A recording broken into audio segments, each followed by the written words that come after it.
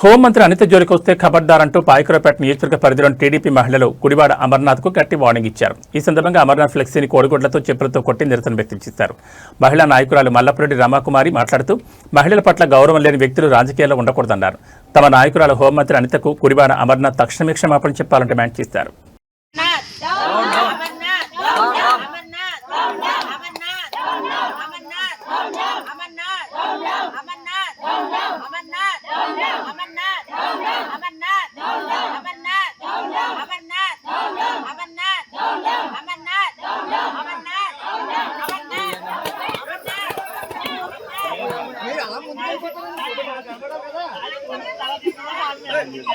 Thank you.